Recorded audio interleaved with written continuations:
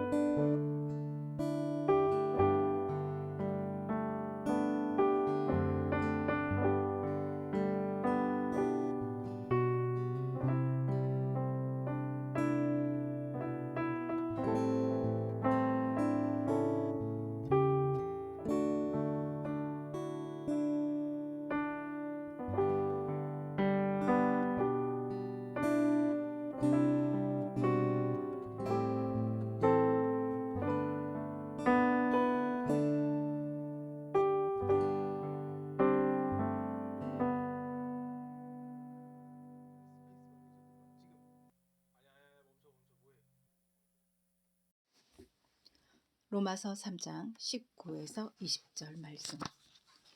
우리가 알거니와 무릇 율법이 말하는 바는 율법 아래에 있는 자들에게 말하는 것이니 이는 모든 입을 막고 온 세상으로 하나님의 심판 아래에 있게 하려 함이라.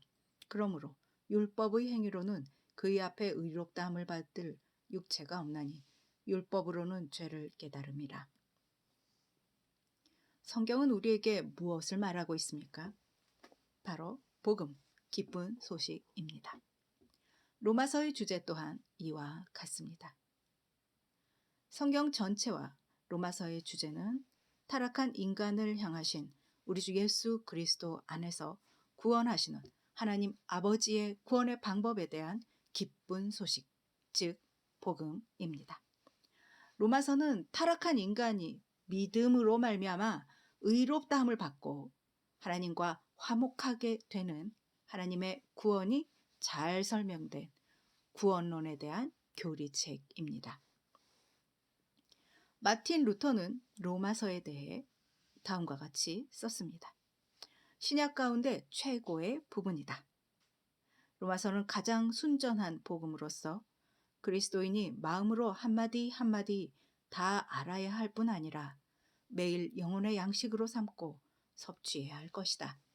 왜냐하면 로마서를 아무리 많이 읽는다 해도 지나치지 않으며 아무리 깊이 생각할지라도 결코 지나칠 수 없기 때문이다. 또한 로마서는 성경의 모든 근본적인 진리들을 내포한 기초적인 책이며 특별한 책입니다. 로마서의 위치 또한 서신서 가운데 첫 번째 책입니다. 이 특별한 책으로 말미암아 교회 역사 가운데 여러분들도 잘 아시는 어거스틴, 마틴 루터, 존 버년, 요한 웨슬리 등 많은 성도들을 회심케 한 강력한 책이기도 합니다.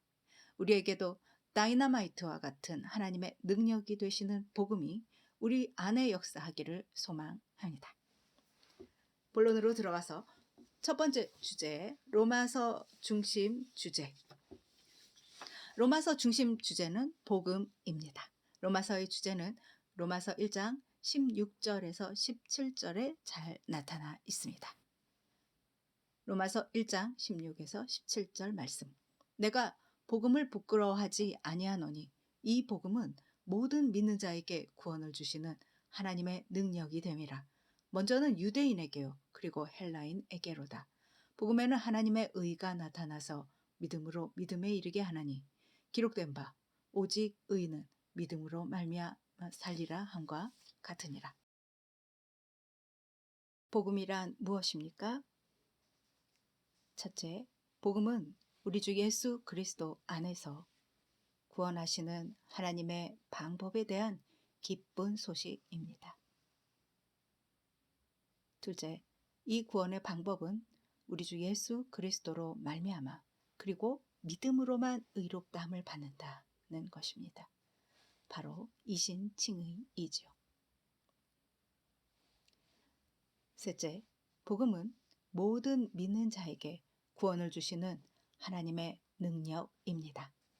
로마서 1장 16절 내가 복음을 부끄러워하지 아니하노니 이 복음은 모든 믿는 자에게 구원을 주시는 하나님의 능력이 됨이라.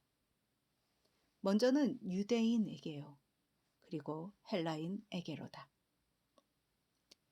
넷째, 또한 복음은 하나님의 의가 나타나 믿음으로 믿음에 이르게 합니다. 처음부터 끝까지 믿음입니다. 로마서 1장 17절 말씀.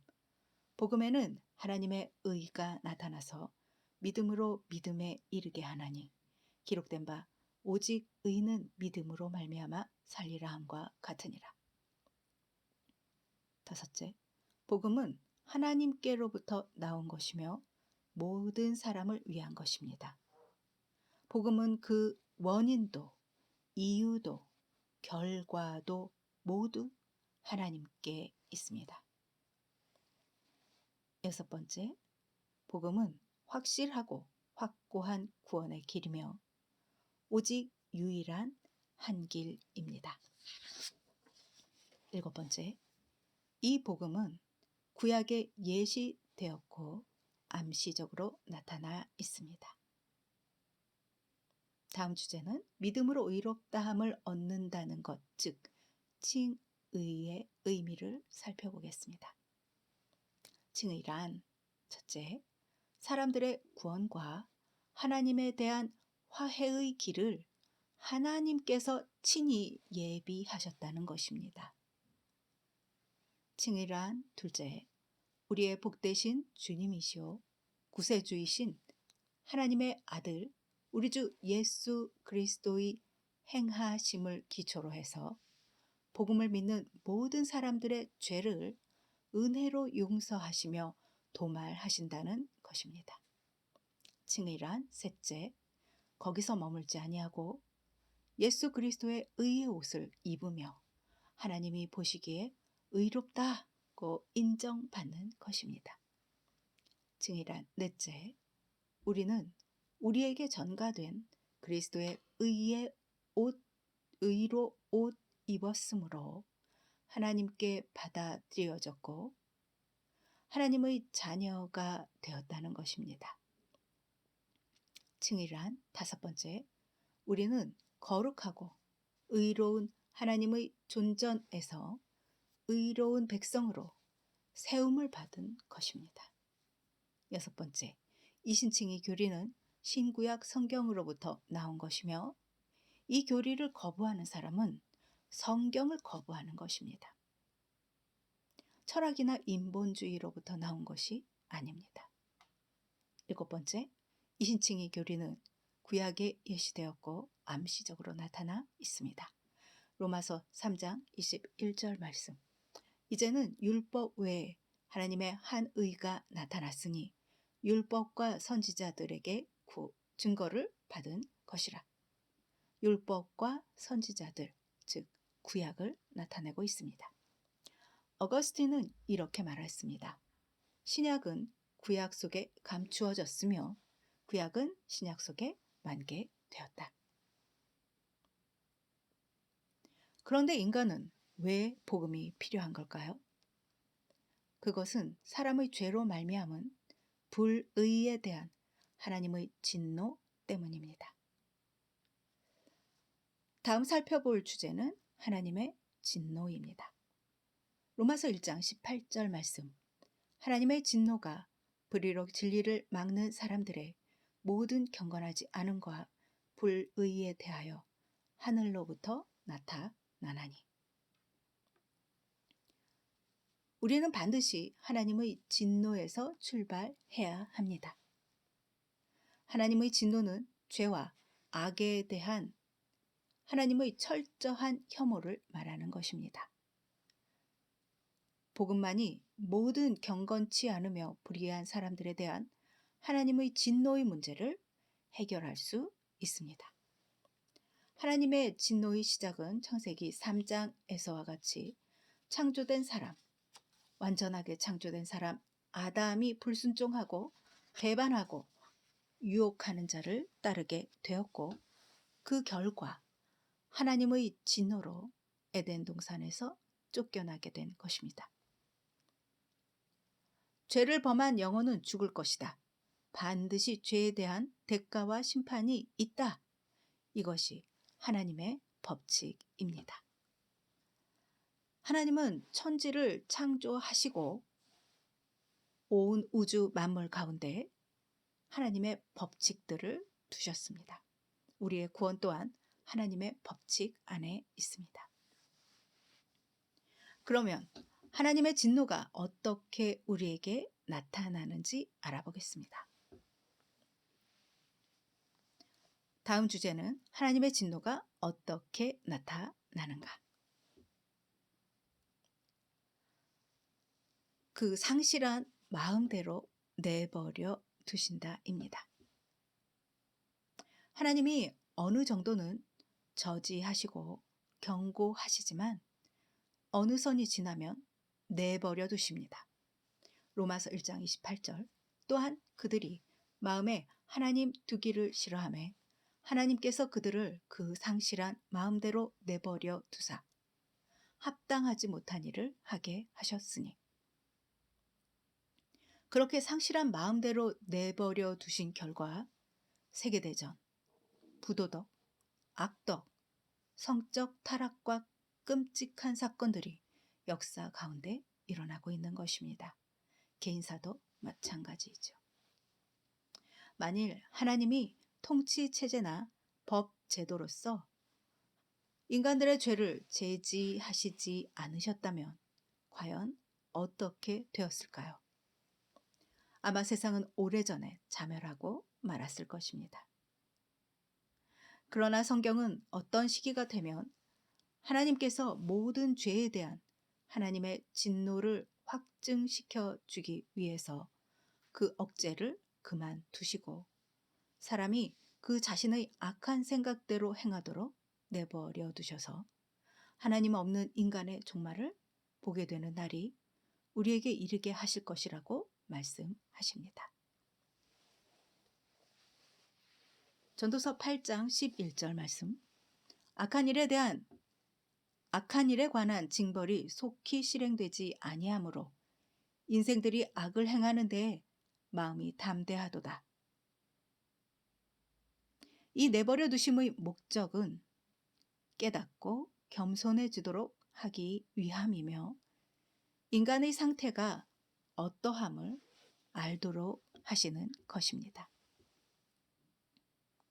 하나님의 진노는 상실한 마음대로 내버려 두시는 것으로 나타납니다.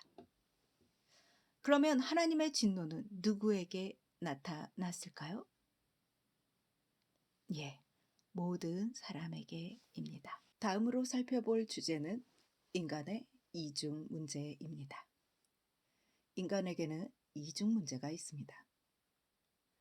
그 첫 번째 문제는 앞에서 살펴본 바와 같이 하나님의 진노가 모든 사람의 불경건과 불의에 대하여 임한다는 것입니다. 하나님의 진노는 죄와 악에 대한 하나님의 철저한 혐오를 말하는 것입니다. 로마서 1장 18절 말씀. 하나님의 진노가 불의로 진리를 막는 사람들의 모든 경건하지 않음과 불의에 대하여 하늘로부터 나타나느니, 불경건과 불의는 인간의 제일 큰 문제이며 복음의 출발점입니다. 그러므로 복음 전도자가 먼저 전도해야 할 것은 십자가가 아니라 하나님의 진노에 대하여 말해야 하는 것입니다. 자신이 왜 복음이 필요한지를 먼저 알아야 한다는 것입니다. 다음은 죄에 대하여 진노하시는 하나님의 거룩하신 성품을 말씀 가운데 살펴보겠습니다. 출애굽기 20장 십계명은 하나님의 거룩한 성품을 잘 나타내고 있습니다. 베드로전서 1장 15에서 16절 말씀. 오직 너희를 부르신 거룩한 이처럼 너희도 모든 행실에 거룩한 자가 되라. 기록되었을 때 내가 거룩하니 너희도 거룩할지어다 하셨느니라. 하박국서 1장 13절 말씀. 주께서는 눈이 정결하심으로 악을 참아보지 못하시며 패역을 참아보지 못하시거늘. 요한일서 1장 5절 말씀. 하나님은 빛이시라. 그에게는 어둠이 조금도 없으시도다. 시편 2편 12절 말씀. 그의 아들에게 입맞추라. 그렇지 아니하면 진노하심으로 너희가 길에서 망하리니 그의 진노가 급하심이라. 여호와께 피하는 모든 사람은 다 복이 있도다. 로마서 1장 18절 말씀. 하나님의 진노가 불의로 진리를 막는 사람들의 모든 경건하지 않음과 불의에 대하여 하늘로부터 나타나나니. 모든 인간의 두 번째 문제점입니다. 실제 인간이 불경건하며 불의한 가운데 있기 때문에 그 결과 하나님의 진노 아래 놓여 있다는 것입니다. 이방인과 유대인 모두 한 사람도 빠짐없이 말입니다. 불의는 불경건의 결과입니다.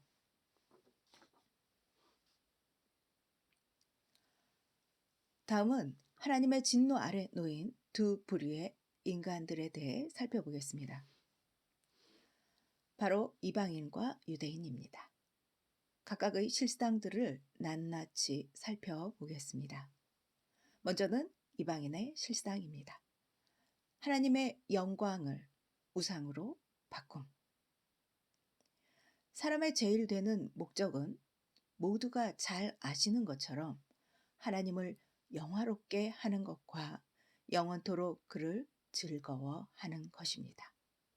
소리문답 제1문이죠. 그러나 사람은 하나님을 등지고 조물주보다 피조물을 더 섬기게 되었습니다. 여러분은 우상 숭배하면 무엇이 떠오르나요? 금송아지? 돌부처? 현대판 우상 숭배는 과학과 인본주의가 아닐까 싶습니다. 이방인은 마음으로 하나님의 율법을 알지만 지킬 수 없는 인간 부류입니다. 로마서 1장 19에서 23절 말씀. 이는 하나님을 알만한 것이 그들 속에 보임이라. 하나님께서 이를 그들에게 보이셨느니라. 창세로부터 그의 보이지 아니하는 것들 곧 그의 영원하신 능력과 신성이 그가 만드신 만물에 분명히 보여 알려졌나니 그러므로 그들이 핑계하지 못할지니라. 하나님을 알 때 하나님을 영화롭게도 아니하며 감사하지도 아니하고 오히려 그 생각이 허망하여지며 미련한 마음이 어두워졌나니 스스로 지혜 있다 하나 어리석게 되어 썩어지지 아니하는 하나님의 영광을 썩어질 사람과 새와 짐승과 기어다니는 동물 모양의 우상으로 바꾸었느니라. 하나님의 진노 아래 놓인 이방인에 대한 선고. 마음으로 하나님의 율법을 가졌으나 전적 부패하고 전적 무능하여 지킬 수 없다. 다음은 하나님의 진노 아래 놓인 다른 한 부류인 유대인에 대하여 살펴보겠습니다. 유대인의 실상. 율법을 가졌습니다. 큰 유익이죠. 그러나 잘못된 믿음의 결과 이방인과 동일하게 율법을 지키지 못했습니다. 유대인의 잘못된 믿음을 살펴보겠습니다. 첫 번째, 유대인들은 율법을 가졌기 때문에 자신들이 의롭다고 여겼습니다. 그들은 죄행을 범하지 않으면 무죄하다고 생각한 것입니다. 그러나 우리 주님은 다음과 같이 말씀하셨습니다. 여기 바리새인과 세리의 기도가 있습니다. 누가복음 18장 9절에서 13절 말씀. 또 자기를 의롭다고 믿고 다른 사람을 멸시하는 자들에게 이 비유로 말씀하시되 바리새인은 서서 따로 기도하여 이르되 하나님이여 나는 다른 사람들 곧 토색, 불의, 간음을 하는 자들과 같지 아니하고 이 세리와도 같지 아니함을 감사하나이다. 세리는 멀리 서서 감히 눈을 들어 하늘을 쳐다보지도 못하고 다만 가슴을 치며 이르되 하나님이여 불쌍히 여기소서 나는 죄인이로소이다. 산상설교에서 주님은 마음으로 지은 죄도 모두 죄라고 말씀하십니다. 마태복음 5장 22절 형제에게 노하는 자마다 심판을 받게 되고 미련한 놈이라 하는 자는 지옥불에 들어가게 되리라. 마태복음 5장 28절 음욕을 품고 여자를 보는 자마다 마음에 이미 간음하였느니라. 그러므로 율법을 아는 것으로 유대인에게 유익하지 못했던 것입니다. 로마서 2장 13절 말씀 하나님 앞에서는 율법을 듣는 자가 의인이 아니요 오직 율법을 행하는 자라야 의롭다 하심을 얻으리라. 여기서 한 예를 들어보겠습니다. 어떤 사람이 범법을 행했습니다. 그런데 그가 재판관 앞에서 이렇게 얘기하는 겁니다. 저 그 법에 대해서 아주 잘하고 있습니다. 과연 그 법을 안다고 해서 무죄 선고가 내려질까요? 그렇지 않겠죠. 유대인의 잘못된 믿음 두 번째를 살펴보겠습니다. 또 유대인들은 율법의 일부만 지키면 다 잘 될 것이라 여겼던 것입니다. 그러나 성경은 무엇라 말합니까? 야고보서 2장 10절 누구든지 온 율법을 지키다가 그 하나를 범하면 모두 범한 자가 되나니. 자, 이것도 한 예를 들어보겠습니다. 여기 살인을 저지른 한 사람이 있습니다. 그가 생각하기를 나는 다른 법은 다 잘 지켰으니 잘 될 거야. 어떻습니까? 이 또한 말도 안 되는 것이지요.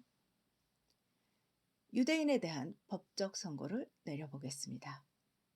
율법을 소유했지만 그들의 존재적 부패함으로 지킬 수 없었다. 그러면 하나님은 왜 유대인들에게 율법을 주셨을까요? 하나님이 율법을 주신 목적에 대해 살펴보겠습니다. 첫째, 율법 아래 있는 사람들의 입을 막고 온 세상으로 하나님의 심판 아래 있게 하려고 주셨습니다. 하나님의 그 심판 앞에 한 사람도 억울하다고 할 사람이 없는 것이지요. 둘째, 율법을 지켜서 구원받게 하려 함이 아니라 죄를 깨닫고 자신의 전적 무능 가운데 구원자 우리 주 예수 그리스도께 나아가도록 하기 위해 주셨습니다. 셋째, 죄로 심히 죄 되게 하려고 주셨습니다. 로마서 3장 20절 말씀 그러므로 율법의 행위로 그의 앞에 의롭다 하심을 얻을 육체가 없나니 율법으로는 죄를 깨달음이니라. 로마서 7장 7절 율법으로 말미암지 않고는 내가 죄를 알지 못하였으니. 갈라디아서 3장 24절 율법이 우리를 그리스도께 인도하는 초등교사가 되어 우리로 하여금 믿음으로 말미암아 의롭다함을 얻게 하려 함이라. 로마서 5장 20절 말씀 율법이 들어온 것은 범죄를 더하게 하려 함이라. 그러나 죄가 더한 곳에 은혜가 더욱 넘쳐나니. 결론입니다. 우리 주 예수 그리스도는 하나님의 은혜로 말미암아 우리를 구원하고 구속하며 하나님과 화목시키며 영원토록 안전을 보장하는 오직 유일한 분이십니다. 의인은 믿음으로 말미암아 살리라. 왜냐하면 율법의 행위로는 하나님 앞에서 의롭다 하심을 얻을 육체가 없기 때문이며 율법으로는 죄의 죄됨을 깨닫기 때문입니다. 이렇게 선포되는 복음을 바울은 영광스럽게 생각하고 자랑하는 것입니다. 할렐루야.